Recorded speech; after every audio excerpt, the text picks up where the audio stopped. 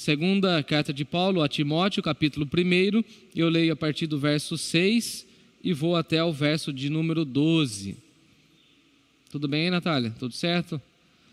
Diz assim o texto sagrado, me acompanhe.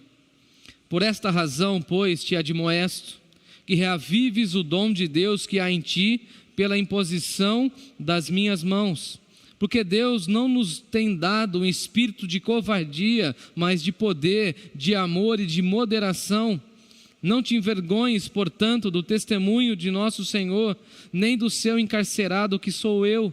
Pelo contrário, ó Timóteo, participa comigo dos sofrimentos a favor do Evangelho segundo o poder de Deus. Poder de Deus esse que nos salvou e nos chamou com santa vocação, não segundo as nossas obras, mas conforme a sua própria determinação e graça que nos foi dada em Cristo Jesus antes dos tempos eternos e manifestada agora pelo aparecimento do nosso Salvador Jesus Cristo, o qual não só destruiu a morte, como trouxe à luz a vida e também a imortalidade, mediante o Evangelho, para o qual eu fui designado pregador, apóstolo e mestre, e por isso estou sofrendo estas coisas. Todavia, não me envergonho, porque eu sei em quem tenho crido e estou certo de que Ele é poderoso para guardar o meu depósito até aquele dia. Eu sublinho esse versículo 12, muito lindo da nossa espiritualidade, pois eu sei em quem tenho crido e eu estou bem certo de que Deus é poderoso para guardar o meu depósito até aquele dia. Ore comigo. Senhor, diante da Tua palavra nós nos rendemos, diante da Tua palavra nós nos curvamos, e diante da Tua palavra, Senhor, reconhecemos a Tua grandeza. Pedimos humildemente, Senhor, que o Teu Espírito fale ao nosso coração, que o Senhor reavive o nosso coração, que o Senhor aqueça a nossa alma, e que o Senhor fale profundamente ao nosso coração. Usa-me, ó Deus, conforme a Tua vontade. Em Jesus nós oramos. Amém. O nosso tema é: eu sei em quem tenho crido.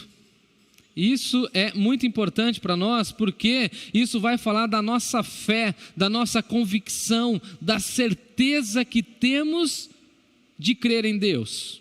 É muito interessante que nesse tempo que nós estamos vivendo, um tempo de pandemia, um tempo de incertezas, de inseguranças, de medo, de apreensividade, de tantas coisas, nós podemos falar, assim como o apóstolo Paulo: eu sei em quem tenho crido, eu sei em quem eu deposito a minha fé, eu sei aonde está o meu coração, eu sei aonde está a minha crença, a minha esperança, eu sei aonde eu direciono a minha existência, eu sei aonde eu recorro no tempo da aflição, eu sei em quem tenho crido, e eu sei também que Ele é poderoso, e é essa mensagem que nós recebemos da parte de Deus, e essa mensagem que eu quero compartilhar com os irmãos. Eu sei em quem tenho crido, e aqui então quero transmitir aos irmãos 3 expressões do apóstolo Paulo no que de fato cremos. Qual é o nosso credo, qual é a nossa fé, qual é o nosso legado de espiritualidade, aonde está alicerçada a nossa fé, aonde está ancorada a nossa existência. O autor aos Hebreus vai dizer que Jesus é a âncora da nossa fé, é a âncora da nossa alma, ou seja, onde nós temos segurança, e por isso podemos então ter essa espiritualidade acesa no nosso coração, porque nós sabemos em quem cremos.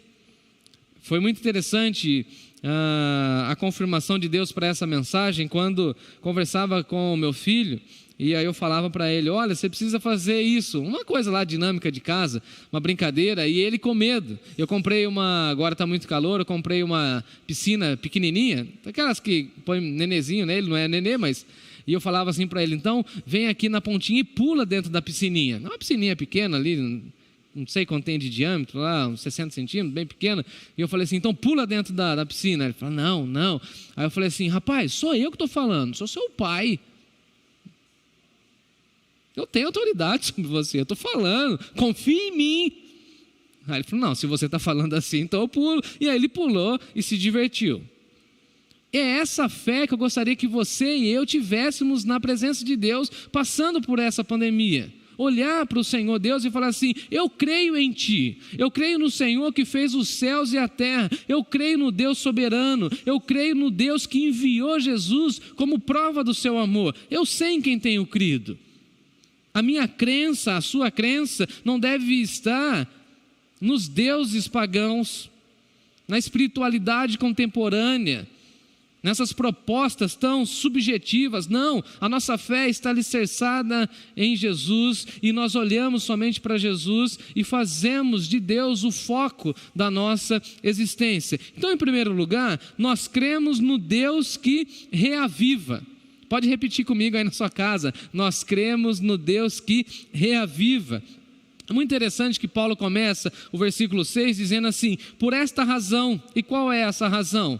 E aí, se você acompanhar o texto, você vai olhar que no capítulo 1, a partir do verso 3, o apóstolo Paulo está dando graças a Deus pela vida de Timóteo. O apóstolo Paulo está agradecendo a Deus pelas lágrimas de Timóteo, pelas orações de Timóteo. E Paulo está falando, eu oro por você, Timóteo, todo dia. Eu lembro, versículo 4, das tuas lágrimas. Eu estou ansioso por ver-te, eu quero te abraçar, eu quero estar com você, para que eu transborde de alegria, porque a sua vida é importante na minha vida. E assim, dessa forma, o apóstolo Paulo fala assim, por esta razão, ou seja, por todo esse nosso envolvimento de fé, de espiritualidade, Timóteo, eu lembro da tua fé sem fingimento, eu acho isso sensacional. E outra ocasião eu quero compartilhar com vocês essa fé sem fingimento, ou seja, Timóteo não usava máscaras diante de Deus, Timóteo era uma pessoa autêntica. O apóstolo Paulo chega a dizer, olha, eu guardo a tua fé sem fingimento, a mesma que habitou na tua avó e também na tua mãe. Então, eu sei que você é um rapaz de Deus, eu sei que você é uma pessoa boa. Então, por esta razão, e aí ele começa então o versículo 6 com essa expressão, linkando aquilo que ele vai falar com aquilo que ele já havia dito. Então, por esta razão, eu te admoesto, ou seja, pela sua herança, pela sua espiritualidade, por essa devoção que você tem. Então, nós podemos crer, amados irmãos, e falar nessa noite que nós cremos no Deus que reaviva. E aí o apóstolo Paulo fala o seguinte, por essa razão, pois, eu te admoesto. E nós não gostamos de admoestação, não gostamos de repreensão. O apóstolo Paulo está admoestando, está orientando o jovem Timóteo, falando para Timóteo, Timóteo, abandone a timidez espiritual, abandone essa vergonha que você tem. E o apóstolo Paulo estava exortando, admoestando, porque admoestar tem o sentido de colocar a pessoa no caminho. É quando você repreende o filho e você vai admoestando, e ele vai para um caminho, você fala, não, e você vai tentando equilibrar ele dentro do caminho. O apóstolo Paulo está falando para Timóteo, olha, eu te admoesto para que reavives o dom de Deus que há em ti, pelas imposições das nossas mãos, das minhas mãos. Eu estava lá, Timóteo.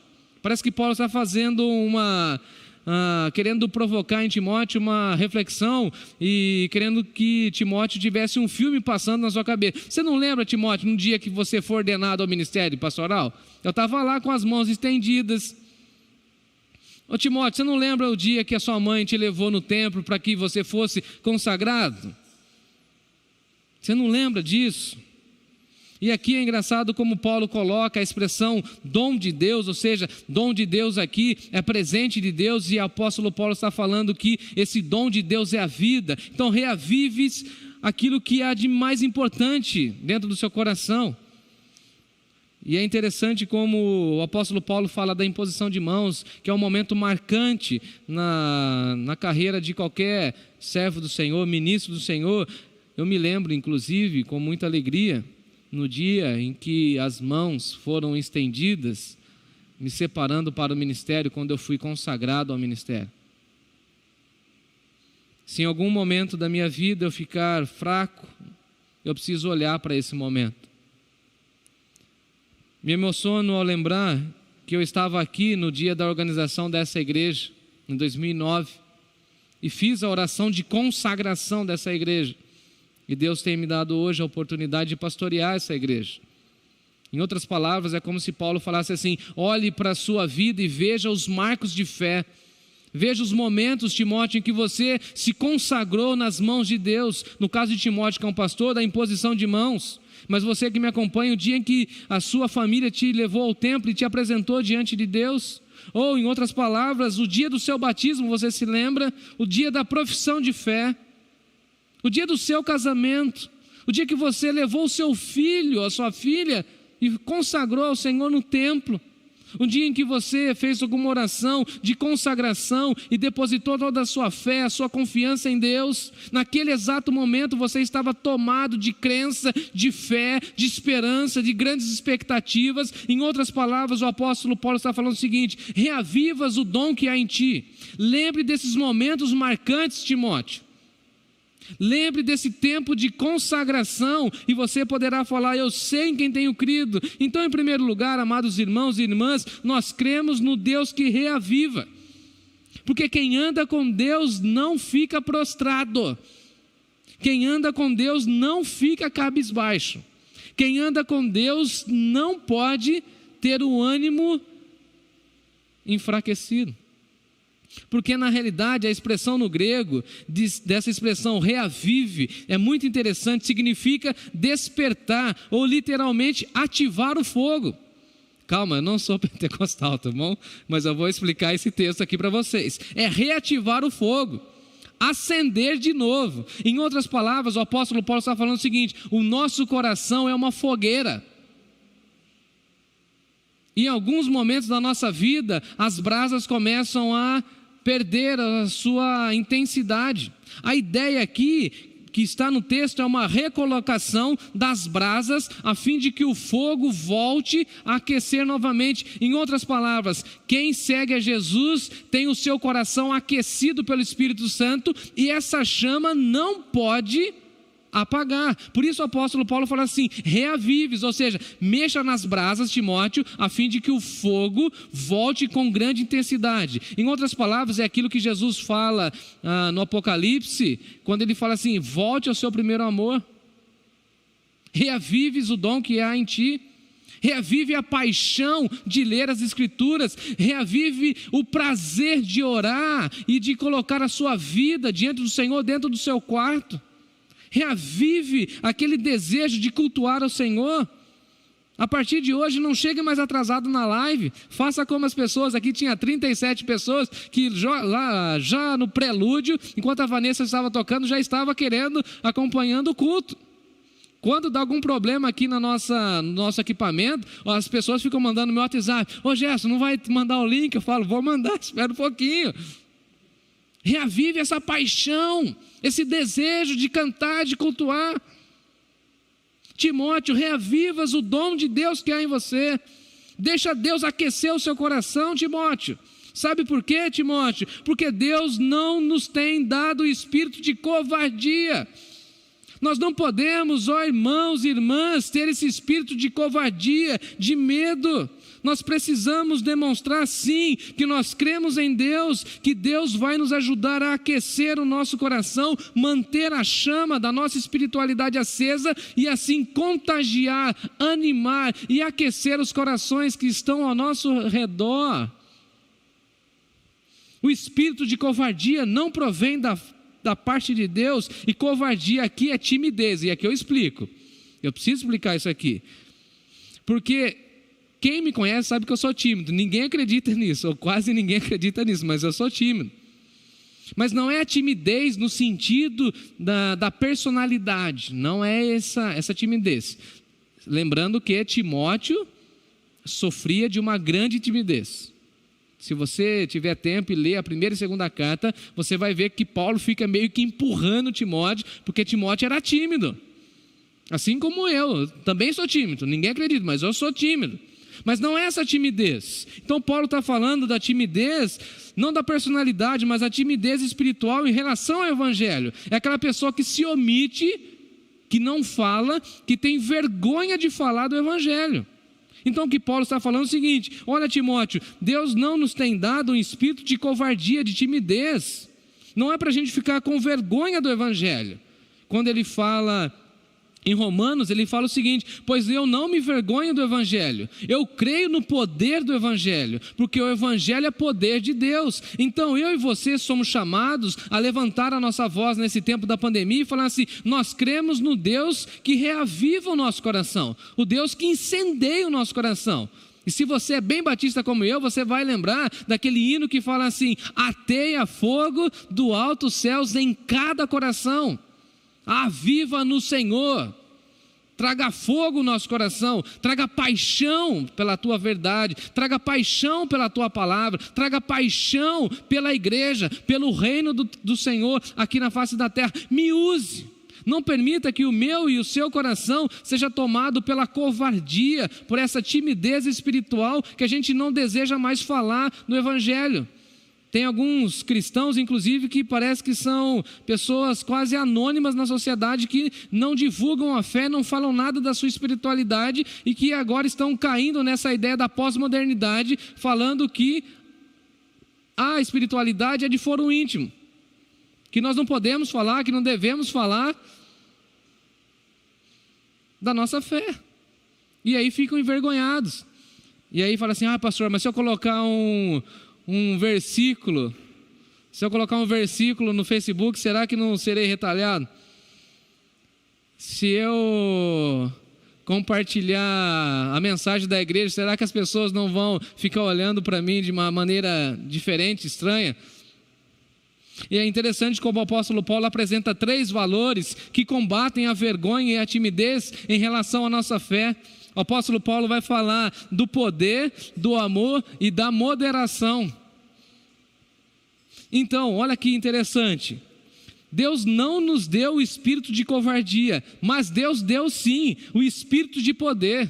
E poder aqui é força, e aqui o poder não é governo, não é poder para governar e subjugar as pessoas, não é esse poder. No grego, a expressão é a mesma de Atos 1:8, quando Jesus fala que os discípulos receberiam poder, e a expressão grega aqui é dinamis, que vem a ideia da dinamite. Ou seja, vocês serão capacitados por Deus.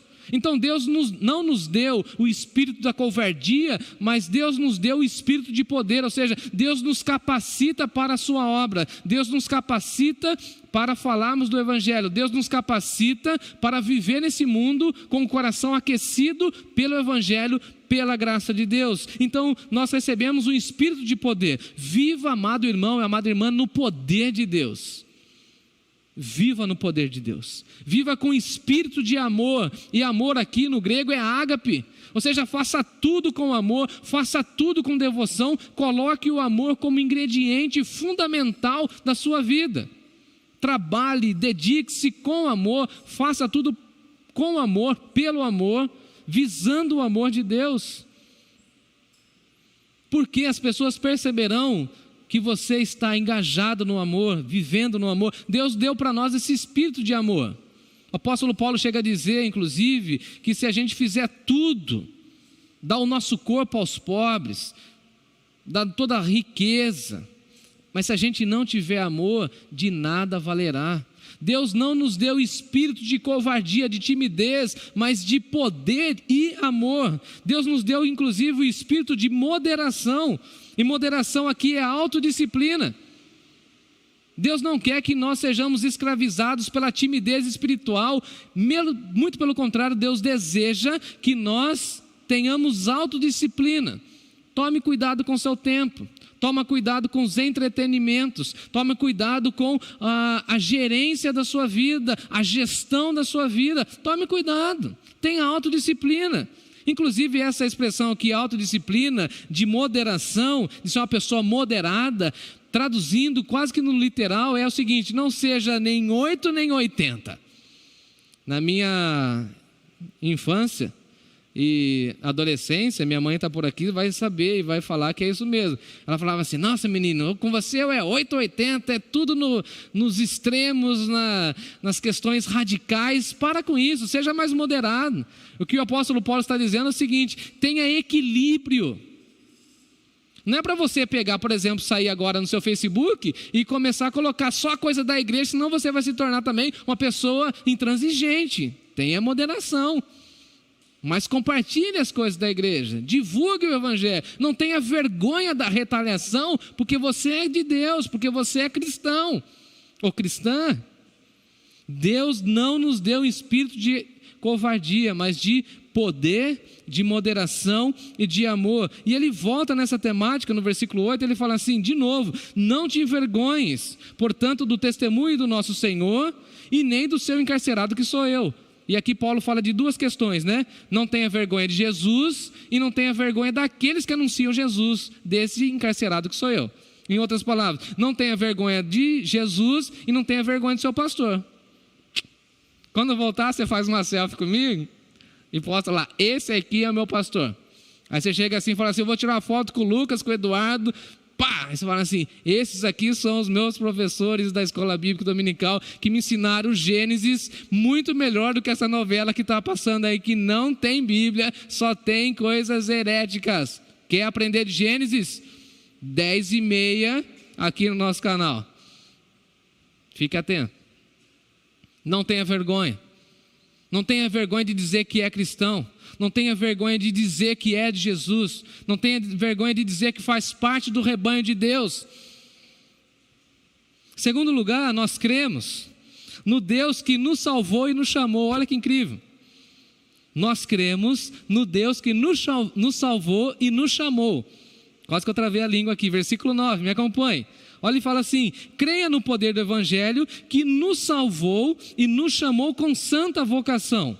E aqui o apóstolo Paulo está falando assim, Deus nos salvou, Deus nos libertou do poder da morte eterna, Deus nos libertou das garras de Satanás, do seu reino, Deus já nos tirou do inferno, Deus já mostrou o seu amor por nós, por isso que Jesus é o nosso Salvador. Então não tenha vergonha de Jesus, porque Ele é o nosso Salvador. Ele já nos tirou das trevas e nos transportou para o reino. Não tenha vergonha, porque nós precisamos crer que nós somos salvos, porque a Bíblia diz para nós, e Paulo escrevendo aos Romanos, vai dizer o seguinte, todo aquele que invocar o nome do Senhor será salvo. Então se você invocou o nome do Senhor, se você confessa o nome do Senhor, se você fez a sua profissão de fé, você precisa ter certeza de que você é salvo, porque Ele nos salvou, e toda a ação aqui é de Deus. Ele nos salvou, e Ele também nos chamou. Isso aqui é interessante, porque Deus nos chamou com santa vocação.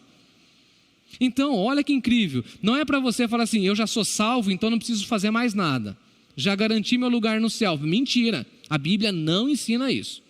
Se você é salvo, você vai buscar a santa vocação, a vida santa, o padrão de Deus. Você vai desejar ter uma vida em conformidade ao padrão de Deus. Eu nunca vi um salvo de verdade que não busque a santificação. Então Deus nos salvou, mas Ele também nos chamou com santa vocação. A salvação e a santa vocação, esse processo de santificação, não tem nada a ver com as obras humanas, mas é manifestação da graça de Deus.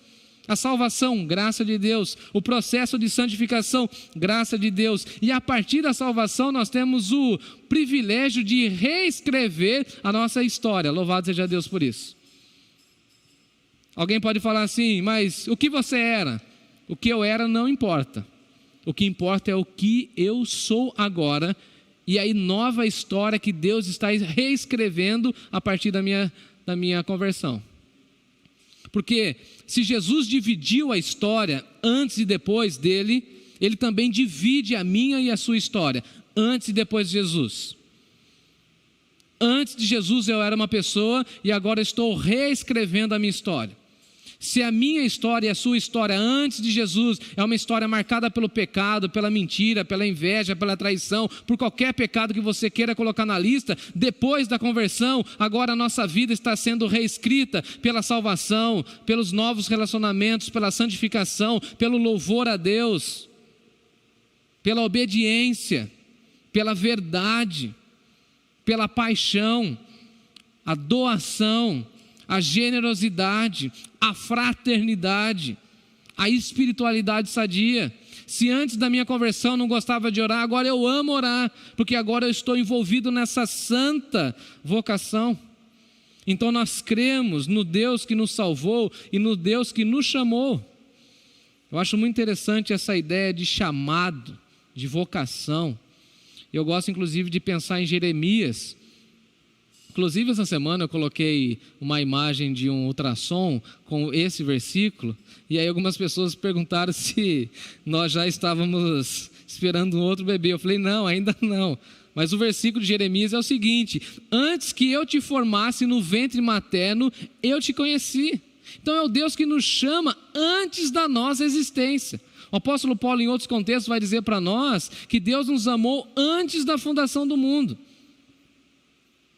E é interessante como Jesus aqui é descrito como aquele que destrói a morte e também irradia a luz. E a manifestação de Jesus, que se encontra aí no versículo 10, quando o apóstolo Paulo fala o seguinte: Jesus, e manifestado agora pelo aparecimento de nosso Senhor Jesus Cristo, o qual não só destruiu a morte, como também trouxe à luz a vida e a imortalidade. E aqui nós temos essa manifestação de Jesus, ou seja, Deus nos amou tanto que enviou Jesus, e Jesus é a manifestação do amor de Deus com duas finalidades. Me acompanhe. Em primeiro lugar, Jesus veio para destruir a morte. Dá um sorriso aí, gente bonita. Louvado seja Deus por isso. Ele veio nesse mundo para nos salvar, aniquilar, destruir a morte. Por isso que você é convidado mais uma vez a estudar conosco Gênesis.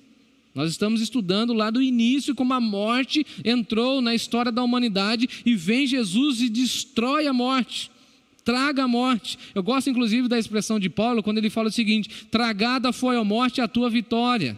Onde está, ó morte, o teu aguilhão? O aguilhão da morte é o pecado, e a força do pecado é a lei. Mas graças a Deus que nos dá a vitória por intermédio do nosso Senhor e Salvador Jesus Cristo.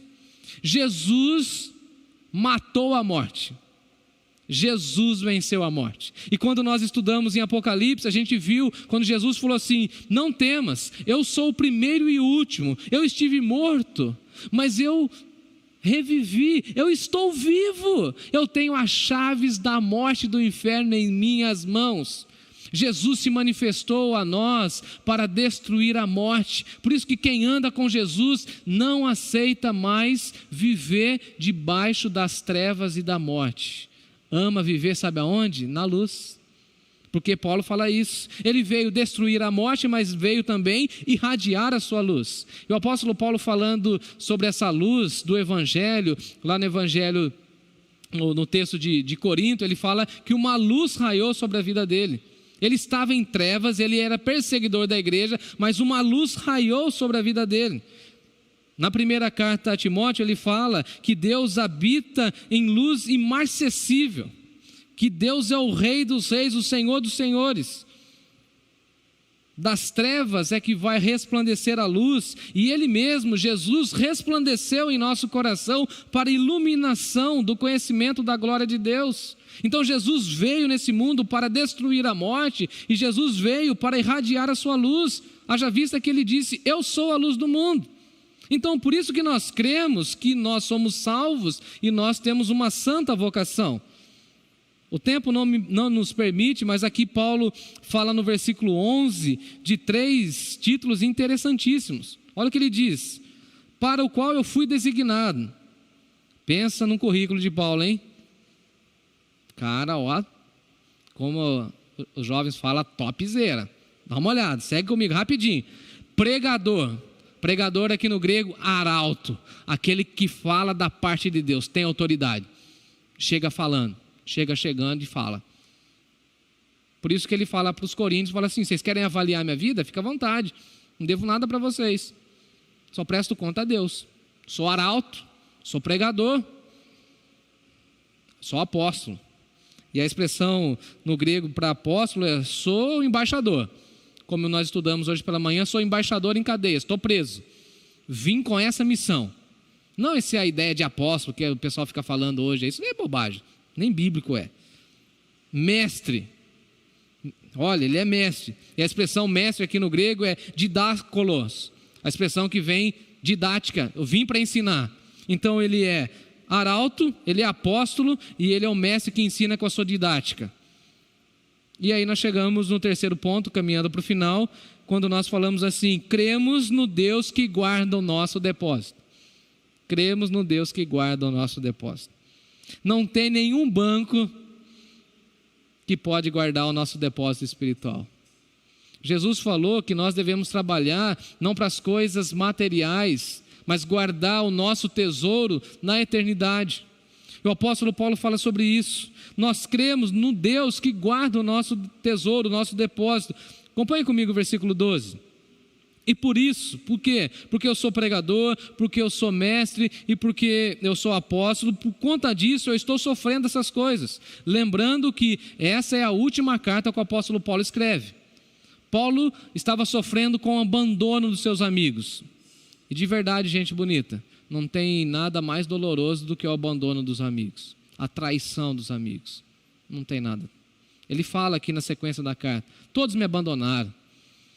Ele lembra de João Marcos. Ele fala para Lucas trazer João Marcos, porque ele é útil para o ministério. Ele pede os livros. Paulo está no final da vida. Aqui nos próximos capítulos a gente tem aquela expressão, deixa eu até falar aqui combati o bom combate, guardei a fé, completei a carreira, estou sendo derramado como libação, o meu tempo da minha vida está chegando ao final. Então Paulo está sofrendo, Paulo está vivendo os últimos dias, Paulo já estava sentenciado à morte, mas ele fala o seguinte: eu creio que Deus está guardando o meu depósito, eu creio, por essas coisas eu estou sofrendo, mas eu sei em quem tenho crido. Eu sei o Deus que me salvou, eu sei o Deus que me deu essa missão, eu sei, eu tenho certeza, porque essa expressão eu sei significa eu tenho plena convicção, que é muito mais ampla do que nós usamos no português. No português é o seguinte: eu sei. Você pode falar assim para mim: ô Jé, você sabe que você é baixinho? Eu vou falar assim: eu sei. Mas no grego essa expressão fala o seguinte: eu tenho plena convicção. É uma declaração de fé, amados irmãos. Eu declaro a minha fé, eu sei em quem tenho crido, eu sei aonde eu estou depositando a minha vida, e eu sei que Ele é poderoso. O que Paulo está dizendo é o seguinte para nós: Ele foi guardando o meu depósito. E sabe qual que é esse depósito? A fé, a devoção, o trabalho. Em outras palavras, como Jesus falou que a gente precisa guardar no céu o nosso tesouro, o apóstolo Paulo fazia tudo e Deus ia guardando, guardando, guardando. É como você, sabe?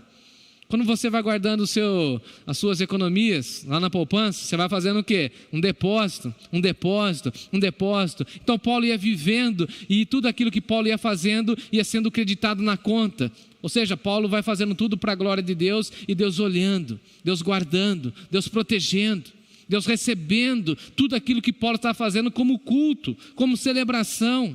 E Paulo está falando assim: eu sei em quem tenho crido. E eu estou bem certo de que Ele é poderoso para guardar o meu depósito. E aí no capítulo 3 e 4 ele vai falar da coroa, para guardar a minha coroa, para guardar o meu depósito, para guardar a minha riqueza.